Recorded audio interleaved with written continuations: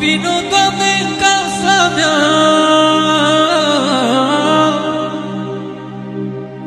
au când furtuna este grea.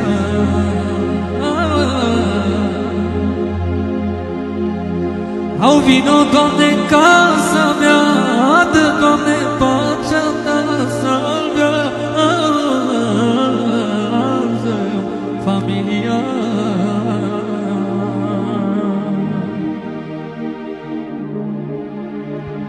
Câte valuri bat mereu viața mea.